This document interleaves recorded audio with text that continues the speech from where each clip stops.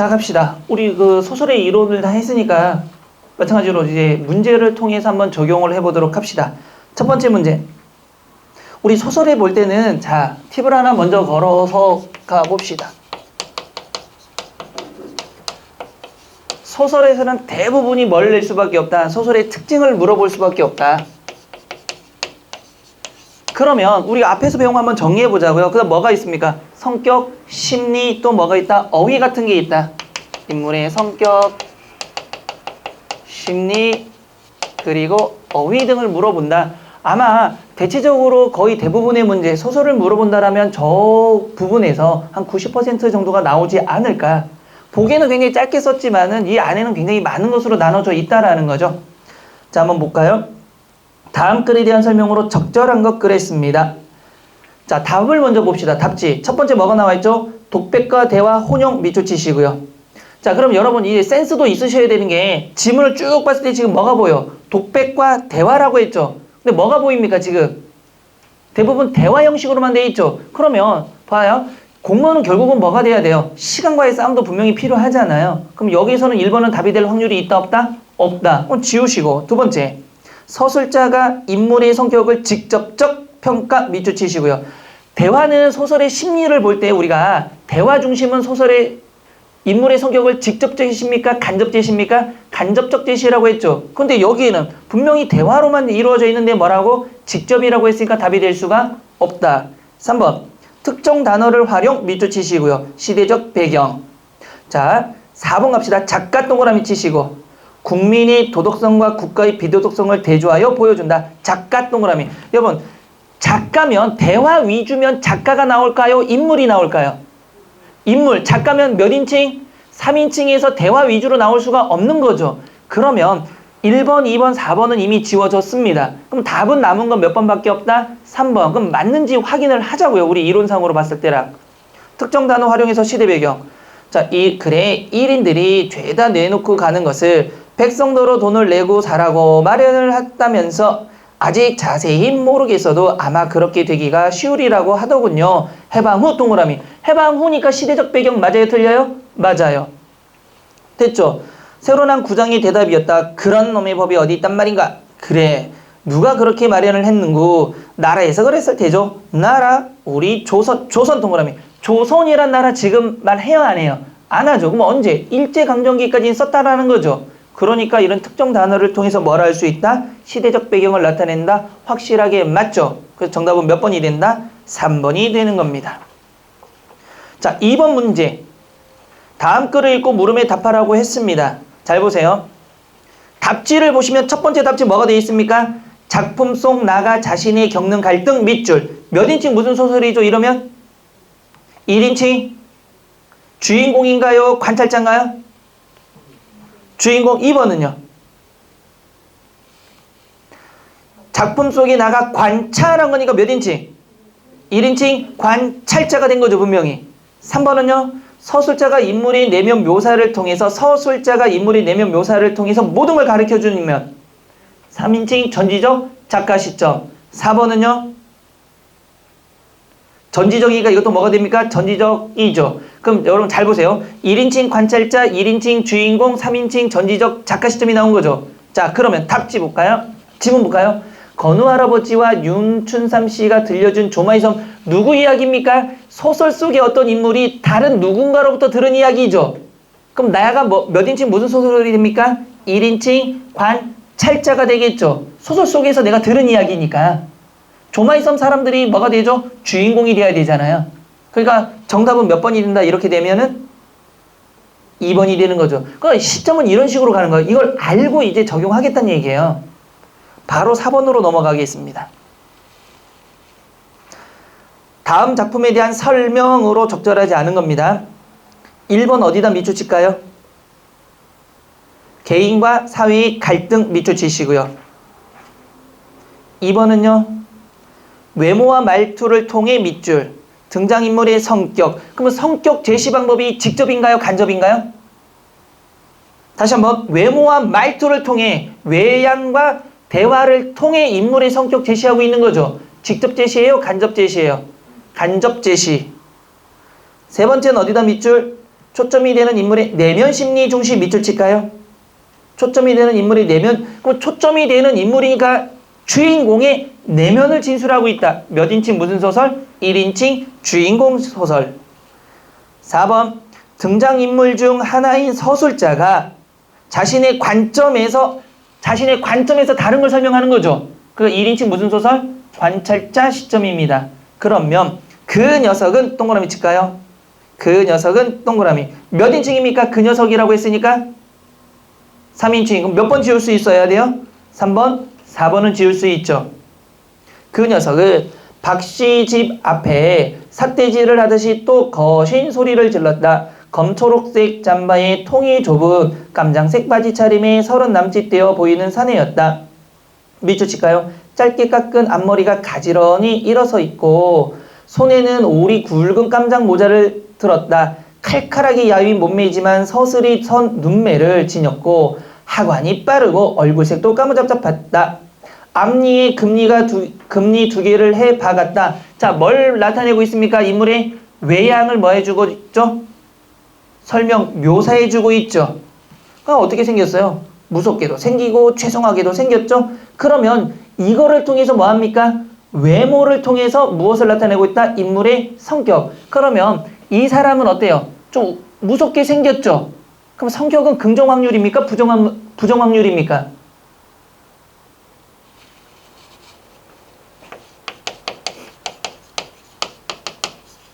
인물의 성격 제시 방법은 무엇이 있고 직접 제시가 있고 무엇이 있다?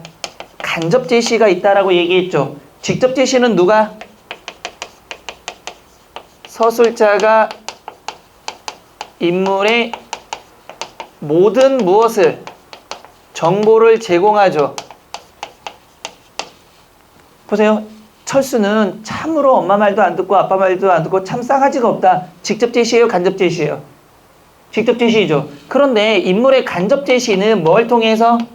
인물의 대화라든가 또는 행동이라든가 외양 등의 묘사를 통해서 성격을 제시하는 방법입니다. 그래서 내가 얘기했지만 이 추운 날, 오늘같이 추운 날 어떤 친구가 훌뚝 보고 막 뛰어가고 있어요. 그럼 정상이에요? 비정상이에요? 성격이? 비정상이죠. 뭘 통해서? 행동을 통해서 알 수 있는 거잖아요. 그래요? 안 그래요? 자, 두 번째. 외양이라는 거는 주로 현대보다는 어디에 잘 드러납니까? 고전에 보면 외양 묘사를 통해서 인물의 성격을 제시하는 방법이 굉장히 많아요. 보세요. 수염이 덥수룩하게 나고 어떻게 눈은 찢어진 눈에다가 머리는 빗지 않고 얼굴은 꺼무티티한 인물이 나왔어요. 자, 잘생겼어요? 못생겼어요? 그러면 성격이 좋을 확률이에요? 나쁠 확률이에요? 그렇죠. 고전에서는 그렇다는 얘기예요. 근데 보세요. 허름한 옷을 입었어. 그런데 얼굴에서는 광채가 나고 눈은 초롱초롱하며 입술은 앵두 같대요. 그러면 잘생겼을까요? 못생겼을까요? 옷은 그렇지만 외양은 잘생겼죠. 그러면 이 사람은 긍정 확률일까요? 부정 확률일까요? 성격이. 긍정. 그게 뭐다? 간접 제시란 얘기예요. 그러면 지금 여기에서 다시 한번 짧게 깎은 앞머리가 가지런히 일어서 있고 손에는 오리 굵은 깜장 모자를 들었고 칼칼하게 야인 몸매지만 서슬이 선 눈매. 어때요? 좀 무서운 눈매를 가지고 있고 또 하관이 빠르고 하관이 뭡니까? 뭐가 뾰족한 거예요? 턱이 어떻게 생겼어요? 뾰족하게 생긴 거예요. 그럼 이걸 종합해보면 어떻게 생겼습니까? 사람이 생기는데 요만한 머리에다가 이렇게 뾰족하게 생기고 이 눈에는 뭐가 짜잔짠 하면서 이렇게 막 광기가 막 쫙 이런 게 반짝반짝 빛나는 거예요. 그럼 여러분, 만약에 여러분이 이런 남자친구를 사귄다. 이렇게 생겨서 이렇게 괜찮아요? 아, 난 이렇게 턱이 뾰족해서 뭐 때로는 그 사람 턱에 막 쪼이고 싶어요 이래요? 그러면 이렇게 생기면은 긍정 확률이에요? 부정 확률이에요? 성격이? 부정 확률이잖아요. 다시 또 갈까요? 거기다가 앞니에는 금리를 2개나 했대요. 다 빠져가지고. 또 볼까요? 구두방이 진열되어 있는 구두는 구두에 불과하지만 사람의 발에 신기면 그 구두도 주인의 위엄과 더불어 주인을 닮아가기 마련이다. 끝이 뾰족하고 반들반들 윤기를 내고 있다. 해프고 사근사근하고 무르고 게다가 병역 기피자인 박씨 동그라미 박씨죠. 이 사람이 대번에 거칠한 얼굴이 되었다. 처음부터 나오는 것은 예사손님 같지 않았다. 글쎄 앉으십시오. 빨리 해드릴 테니. 얼마나 빨리 되어? 몇 분이 될 수 있어? 허허 이 양반 참 급하기도. 뭐 이 양반? 어디다 대고 간 말이야? 말 조심해. 어때요? 대화하는 거 보니까 싸가지가 있어요 없어요? 없죠. 그러니까 이거는 결국 뭘 통해서 인물의 성격을 무엇을 통해서 드러내고 있다? 외양과 대화를 통해서 드러내고 있다. 그래서 정답 몇 번? 2번이 되는 거죠. 이해되셨어요? 자, 5번 문제. 다음 밑줄 친 표현의 한자 밑줄 치고요. 그것이 의미하는 소설 속의 속성. 근데 이거 서울시 교육청 문제를 가만히 한번 보세요, 여러분들. 딱 한자를 봤을 때 사실성, 효용성, 모방성. 이거 한자를 보고 나 이제 망했다. 난 이 서울시와 거리가 멀어. 난 무조건 탈락이야. 이러면 안 되는 거예요. 서울시 문제는 반드시 한두 개 정도는 센스를 요구하는 문제가 있어요. 잘 보세요. 한자와 그것이 소설의 속성이죠. 여러분 소설의 속성이 뭐가 있습니까? 소설이 다른 글과 가장 큰 차이를 보이는 게 뭐예요? 픽션과 논픽션의 차이죠. 그럼 결국 뭐가 있어야 된다? 허구성이라는 게 있어야 되죠. 정답 몇 번? 4번. 센스잖아요. 됐어요? 안 됐어요? 제가 왜 웃는지 아세요? 여러분들이 카메라를 갖다 대니까 지금 얼굴 표정이 뭔지 알아요? 마네킹입니다. 마네킹. 범죄자들도 아니고 아까까지는 고개를 들어 나를 뚫어져라 쳐다보던 이 사람들이 갑자기 카메라를 갖다 대니까 제가요 하면서 모자이크 처리되는 사람처럼 이렇게 열심히 안 했잖아요. 왜 책만 보지? 원래대로 하자고요. 연출하지 맙시다. 연출은 여기서 알아서 하는 거고 당신들은 원래대로 왜 안 하던 그런 열공을 하고 참 매일 뭔가를 갖고 와야 되겠네. 내일은 MBC 다음은 KBS 괜찮네. 그래 열심히 하려나? 됐죠? 자, 그 다음에 우리가 6번 문제 다음 글의 특징에 대한 서술로 옳은 것은 그랬습니다. 자, 한번 먼저 읽어보고 가자고요. 자기는 워낙 이 아래에 있는 삼산학교에서 일을 보다 어떤 선생하고 뜻이 덜 맞아 나왔다는 것. 지금은 신문 배달을 하나 원 배달이 아니라 보조 배달이라는 것. 저희 집에 양친과 형님 내외와 조카 하나와 저희 내외까지 식구가 7이라는 것. 저희 아버지와 저희 형님의 이름은 무엇이며 자기 이름은 황가인데다가 목숨 숫자하고 새로울 건자 황수건이기 때문에 아이들이 노랑수건이라 놀리어서 성북동에서 가가호호 노랑수건 하면 누구나 다 자기인 줄 알리라고 자랑스럽게 이야기하다가도 이날은 어서 그만 다른 집에서 신문을 갖다 줘야 하지 않소 하니까 그때서야 마지못해 나갔다. 우리 집에는 그까지 반편이 뭡니까? 반만 있는 사람이에요. 그러니까 모자란 사람. 반편과 무얼 대꾸를 해가지고 그러느냐 하되 나는 1인칭입니다. 그와 짓거리기가 좋았다. 그라는 황수건이가 주인공이에요. 그럼 이건 1인칭 주인공 시점이 아니라 1인칭 관찰자 시점입니다.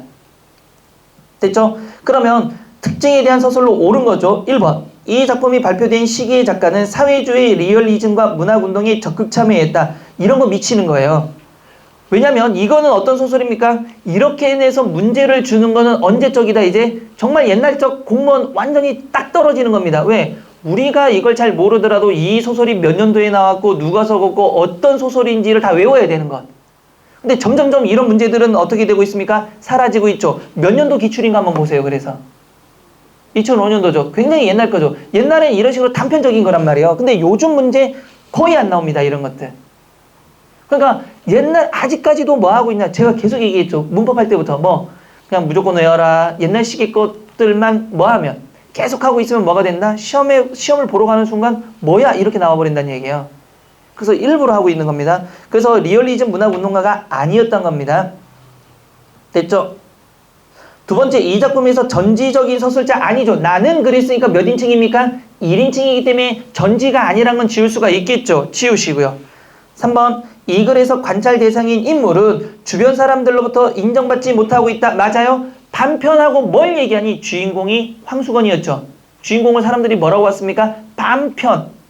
그러니까 인정받지 못하는 거 맞습니다. 정답 몇 번? 3번이고요.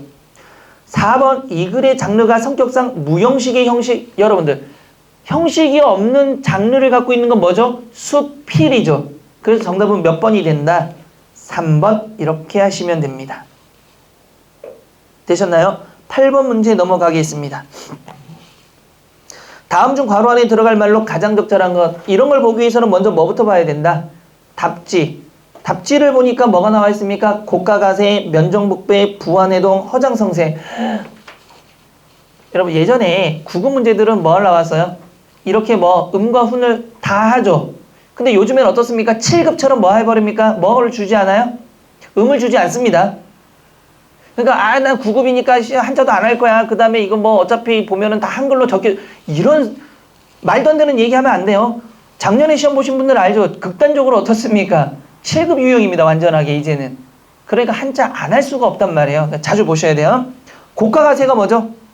잘못된 학문으로 세상을 왜곡하는 것. 곡학아세라 그러죠. 두 번째는 면정복배.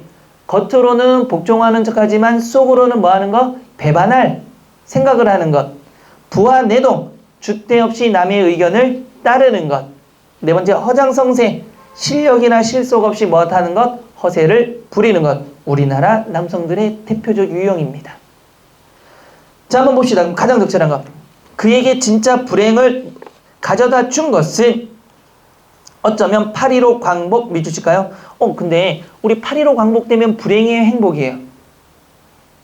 행복이죠. 근데 뭐라고 했습니까? 불행이라고 했죠. 그럼 우리의 생각과 다르게 이렇게 쓰죠. 소설의 특징이 뭘까요? 호기심 유발 때문입니다. 왜? 라는 호기심을 유발하기 위한 겁니다. 광복이라고 해야 할지도 모른다. 조국의 광복은 우선 밑줄. 내 조부를 몰락시켰다. 몰락시켰대요. 그러니까 광복에 대해서 뭐가 됐습니까? 자기 집이 망했다는 얘기죠. 또 그의 위험은 하루아침에 땅에 떨어져. 밑줄. 위험은 하루아침에 땅에 떨어져. 여기까지 밑줄 치시고요. 헌 집신짝처럼 절파펼고. 다시 밑줄. 근동 새 마을을 먹여 살린다던 그 많던 가산들도 온통 거덜나 버렸던 것이다까지 밑줄. 그러면 광복이 뭐가 됐습니까? 불행을 가져다 준 게 광복이죠. 광복이 되니까 뭐가 됐습니까? 조부가 몰락하고 집안이 망하고 그 다음에 그 가산들까지도 다 도망갔습니다. 지금.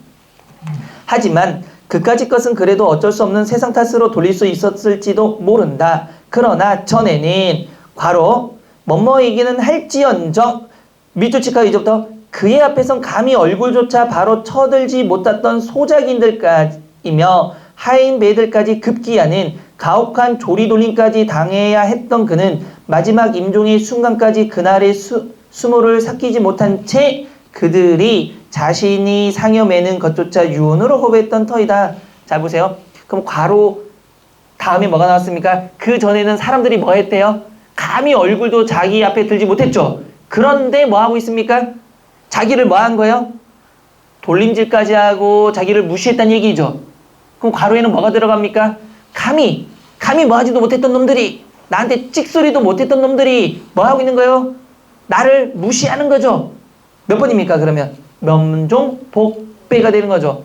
얼굴 앞에서는 복종하는 척 했던 것들이 뭐 하고 있습니까? 배신을 꿈꾼 거죠. 그래서 광복이 되니까 뭐 해버렸습니까? 다 도망가고 재산 다 가지고 도망가 버린 거죠. 나쁜 놈들. 이동화의 파편은 북한의 토지개혁 이야기입니다. 그래서 강제로 토지를 다 가지고 와가지고 무상분배한다고 하면서 다 회수해버린 거죠. 그래서 이렇게 망해버린 겁니다.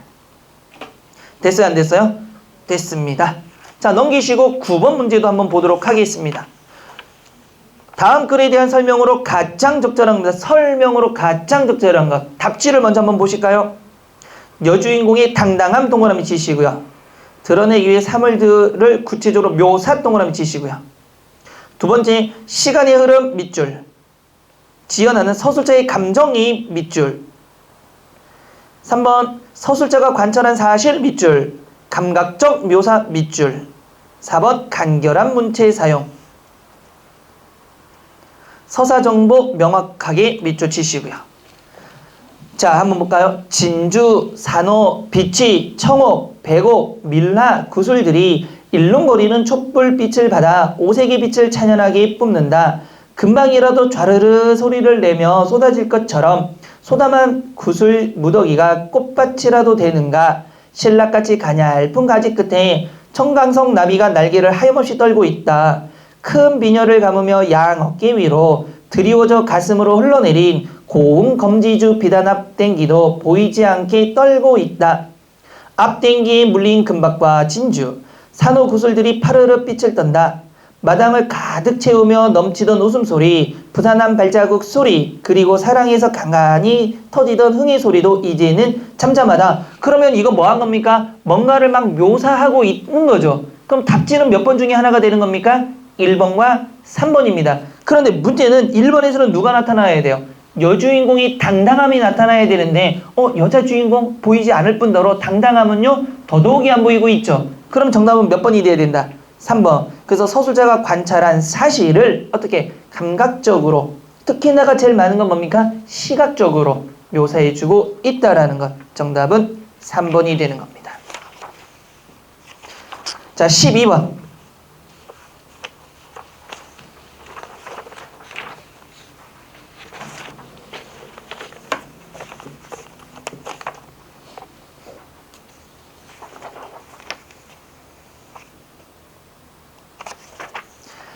자, 밑줄친 이런 호사가 뭐죠? 호화로운 사취에 해당하지 않는 것은입니다.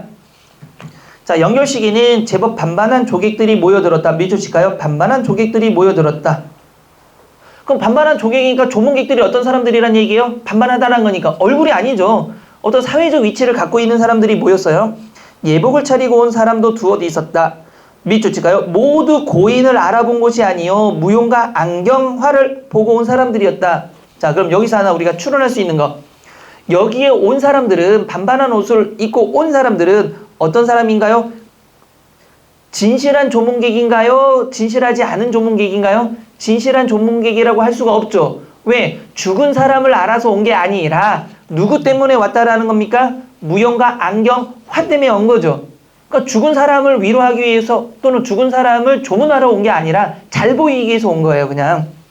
그 중에는 고인의 슬픔을 알아오는 사람인지, 덩달아 기분으로 오는 사람인지, 울음을 삼키느라고 크크하는 사람도 있었다. 크크하는 사람도 있었죠. 안경화는 딸입니다. 죽은 사람의 딸입니다.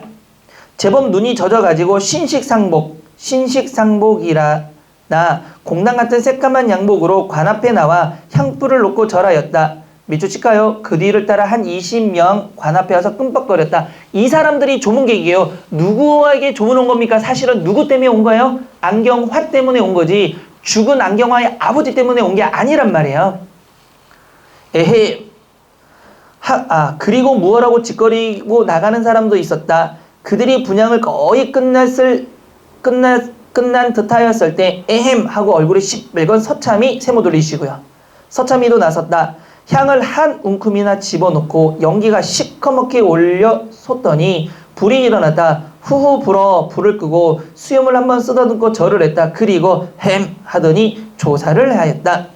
나 서참이일세. 그럼 서참이는 누구를 아는 사람이에요? 죽은 사람을 아는 사람이죠 지금. 나 서참이일세. 알겠나? 흥. 자네 호사야. 호살세. 잘 죽었느니. 자네 살았으면 이런 호사 동그라미 치고요. 이런 호사를 해보겠나? 그러면 이게 진실되게 말하는 건가요? 반어적으로 말하는 건가요? 반어적으로 말하는 거죠. 왜? 아무도 모르는 사람들이 멋있는 옷 입고 이렇게 왔어. 너 그 사람 알아? 이런 뜻이겠죠. 이젠 안경다리 고칠 걱정도 없고, 자, 가로칠까요? 안경다리 고칠 걱정도 없고, 그러면 누구는? 죽은 사람은 살았을 때 잘 살았을까요? 아니면 가난하게 살았을까요? 안경다리를 고쳤을 정도니까 가난하게 살았단 얘기죠.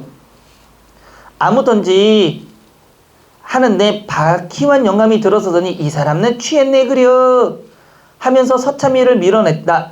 박희환 영감도 가슴이 답답했다. 분양을 하고 무슨 소리를 한마디 했으면 속이 후련히 트일 것 같아서 잠깐 멈칫하고 서 있어 보았으나 흐흑 하고 울음이 먼저 터져 그만 나오고 말았다. 서참이와 박희환 영감도 묘지까지 나갈 작정이었으나 거기 모인 사람들이 하나도 마음에 들지 않아 도로 술집으로 내려오고 말았죠. 그러면 무덤까지 가는 그 수십 명의 사람들은 다 누구 때문에 온 사람이다? 안경화 때문에 온 사람들이다. 그럼 여러분 이런 호사죠. 호화로운 사치는 언제 하는 겁니까? 죽어서 한 거죠. 그러니까 표현을 보면 뭐가 되는 겁니까? 반어적인 거죠. 지금 살아서는 그렇게 가난하게 살더니 죽어서 이렇게 뭐라도 장례식이라도 호화롭게 지내는구나 라고 얘기하고 있는 겁니다. 그러면은 해당하지 않는 것. 1번 제법 반반한 조객이 모여든 건 맞죠, 분명히. 두 번째, 조객들 가운데 울음을 삼키느라고 크크하는 사람도 있었던 거죠. 이건 아주 사실적 사고에 해당하는 거고요. 세 번째, 안경화의 뒤를 따라 한 20여 명이 관 앞에서 꿈뻑거린 것도 맞습니다. 그러면 서참이가 조사를 하였다. 맞나요? 서참이가 조사를 하였다. 조사를 한 사람들은 누굽니까? 안경화를 보러 온 사람들이죠. 그럼 서참이는 향에 불을 피우기만 했지 뭐 하지 않았죠? 조사를 한 건 아닙니다. 정답은 서참이가 뭐 한 거죠? 조사를 한 건 누굽니까? 여러분 거기 잘못 볼 때는 하더니 조사를 하였다 그랬죠. 나 서참일세 알겠나 흥 이걸 보고 조사를 했다고 하면 안 돼요. 서참이는 진정한 조문객입니다. 그러니까 뭐 한 거죠? 진실되게 와가지고 뭐 한 거죠? 술 먹고 향을 피운 거지. 나머지들은 전부 누구? 안경화와 관련된 사람들이 한 겁니다. 됐어요? 됐습니다. 그럼 이런 호사는 반어적 표현이고요. 우리 오늘 앞에서도 얘기했지만 반어적 표현이 있는 거 뭐가 있죠? 제목이 반어적 표현이 있는 거 뭐가 있어요? 화수분, 운수 좋은 날, 태평천하, 뭐 치숙. 치숙은 누가? 나라는 인물이 반어적 인물이 되는 거고요. 되셨나요? 자, 넘기셔서 14번 별표 칩시다. 14번 별표. 다음 가와 비교해 보았을 때 나의 특성이 아닌 것 별표입니다. 나는 몇 인칭이죠? 1인칭. 무슨 소설인가 볼까요? 그제야 눈을 뜨고 다시 석대 쪽을 보았다. 그 사이 수갑을 받은 석대는 두 손으로 피 묻은 입가를 씻으며 피쩍피쩍 끌려가고 있었다. 내 곁을 지날 때 힐끗 나를 곁눈질했지만 조금도 나를 알아보는 것 같지 않았다. 그날 밤 동그라미 치시고 그날 밤 과거입니다. 나는 잠든 아내와 아이들이 곁에서 늦도록 술잔을 비웠다. 나중에 눈물까지 두어 방울 떨군 것 같은데 그러나 그게 나를 위한 것인지 그를 위한 것인지였는지 또 세계와 인생에 대해 안도해서였는지는 새로운 비관에서였는지는 지금에조차 뚜렷하지 않다 그랬습니다. 나로 바뀌면 나의 아내에게 직업이 있었던가 나는 아내의 직업이 무엇인지 알 수 없다. 누구 얘기하는 거죠? 가는 내가 누구 이야기하는 겁니까? 석대 이야기를 하고 있는 거고 나는 내가 나의 이야기를 하고 있는 거죠. 그럼 1인칭 관찰자와 1인칭 주인공입니다. 이랬을 때 나의 특징이니까 1인칭 주인공에 비해 1인칭 관찰자의 특징이 뭐냐를 물어보고 있는 거죠. 몇 번일까요 그러면? 1번 가에 비해 나는 시간적 공간적 서술이 배제된다? 맞아요? 가에 비해 여러분들 나에는 시간과 공간이 있어요 없어요? 배제라는 말 세모 치시고요. 2번 가에 비해 나는 권위적 서술의 표현이 감소 밑줄 세모 치시고요. 3번 사건을 객관적 표현 밑줄 치시고 4번 서술 방식이 자기중심적이다 밑줄. 자 다시 한번 여러분 가에 비해 나는 할 때 손가락 2개 준비해봐요. 손가락 2개 가에 비해 이렇게 가립시다. 그럼 어떻게 읽게요? 나는 이렇게 보이죠? 이렇게 먼저 찾는 겁니다. 이렇게 찾고 맞으면 가도 있냐를 보시면 되는 거예요. 두 번을 하는 게 아니라 그러면 나는 시간적 공간적 서술이 배제됐냐를 나는 아내에게 직업이 있던가 나는 아내의 직업이 무엇인지 알 수 없다. 만일 아내에게 직업이 없었다면 같이 직업이 없는 나처럼 외출할 필요가 생기지 않았을 것인데 아내는 외출한다. 외출할 뿐만 아니라 내객이 많다. 아내에게 내객이 많은 날은 나는 온종일 내 방에서 이불을 쓰고 내 방 동그라미 치시고요. 공간이 있어요 없어요? 외출한다니까 시간적 흐름이 있어요 없어요? 있어요. 그러니까 이딴 얘기예요. 이것도 명확하게 정확하게 드러나지 않는 것뿐이지 시간과 공간이 있죠. 분명히 외출하니까 뭐가 흘러야 외출해요? 시간이 흘러야. 내 방이니까 공간이 있죠. 그러니까 1번 안 돼요. 2번 권위적 서술의 표현을 감소. 권위적 표현의 서술 감소가 뭘까요 여러분들? 권위적 서술이란 게 뭐죠? 이렇게 나오니까 이제 갑자기 생뚱맞는데 권위적 서술이 뭐예요? 누구의 생각 없이 누구의 심리와 관계없이 다른 사람의 심리와 관계없이 누구 생각만 하는 거. 자기 생각만 하면 권위적인 게 감소가 되는 겁니다. 그럼 오히려 1인칭 관찰자와 1인칭 주인공 중에 누가 권위적 서술이 강할까요? 1인칭 관찰자와 1인칭 주인공 중에 누가 오히려 권위적 서술이 강할까요? 1인칭 주인공이겠죠. 왜? 내 입장에서 계속 말하면 되니까. 그러니까 감소가 될 수가 없는 거죠. 3번. 정답이죠. 사건을 보다 객관적으로 서술할 수 있죠. 1인칭.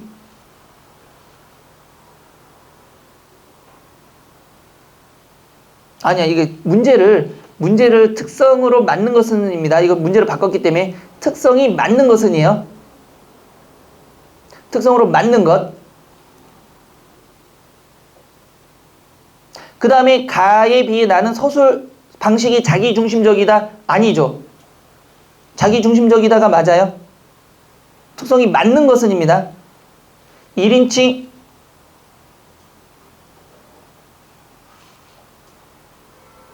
아니 다시 가에 비해 나는 사건을 객관적으로 표현하고 있다. 아니 이게 맞죠? 아닌 것은이니까 주관적으로 표현해야 되죠. 사건을 주관적으로 자기니까. 그 다음에 가에 비해 나는 서술 방식이 자기 주관 중심적이다. 맞죠? 이것도 맞죠?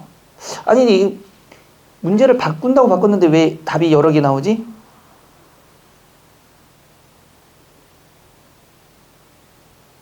감소 맞고 객관적 표현 틀렸고 자기중심적 틀렸고 특성이 아닌 것 특성으로 맞는 것 그래서 정답은 3번 4번 서술이 자기중심이니까 3번 4번 3번과 4번으로 가시면 됩니다. 자 넘기셔서 이제 없으니까 편하게 봐도 돼요. 이제 없어. 이제 고개도 들고 17번 넘어가서 18번으로 가겠습니다. 18번 다음 글에 관한 설명으로 옳지 않은 겁니다. 자, 근데 지문이 길어요, 짧아요? 길어요. 근데 여기서 팁을 하나 드릴게요. 긴 문제일수록 어디에 집착하자? 답지에 집착하자 이겁니다. 답지부터 봅시다. 1번 화자는 자기 자신을 정신분열자라고 조롱 밑줄 칠까요? 정신분열자라고 조롱 밑줄. 2번 일상의 익숙한 표현 사용 밑줄. 3번 자신을 박제가 되어버린 천재라고 이야기 밑줄. 4번 독자를 상정 밑줄. 자 이렇게 앞으로 이거보다 훨씬 길게 나올 수 있습니다. 그러면 답지를 먼저 보고 정신분열자라고 조롱 작은 따옴표 보여요 안 보여요?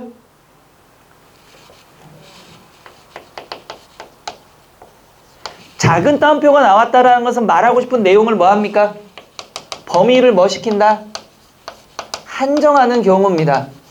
그럼 범위를 한정하니까 정신분열자라는 단어가 있나를 빨리 한번 찾아보시면 돼요.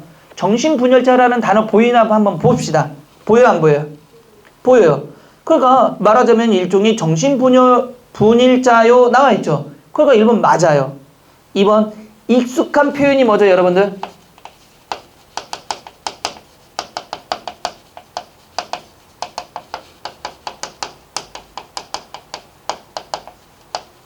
이거를 일상적 언어라고 얘기하는 거예요. 쉽게 말하면 우리가 흔히 쓰는 것, 다시 말해서 잘 들어보지 않았거나 한자라든가 영어 이런 말이 들어오지 않으면 일상적 언어라는 얘기입니다.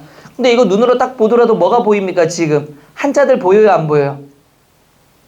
뭐 은화, 박제, 정신분일자 그 다음에 또 보시면 뭐 재해, 탐식, 경편, 고매 그 다음에 또 뭐 밑으로 가시면 소, 여왕복 이런 한자들이 많이 보여요 안 보여요?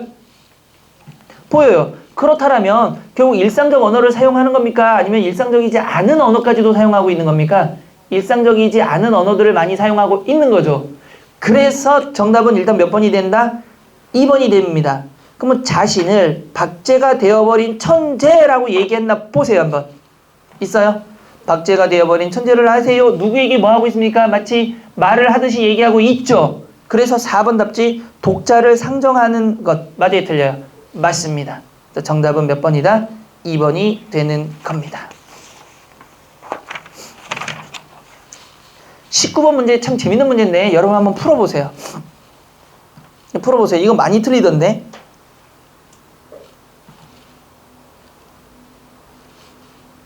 이 문제는 한번 풀어보세요.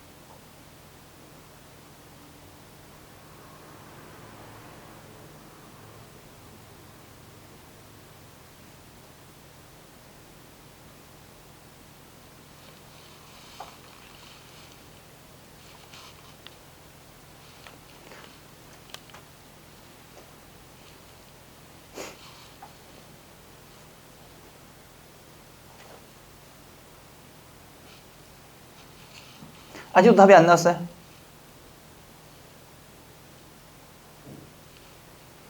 자, 한번 봅시다. 다음 글에서 실이 무진행 당시에 박군의 나이 몇 살? 자, 첫 번째 누구 나이? 박군.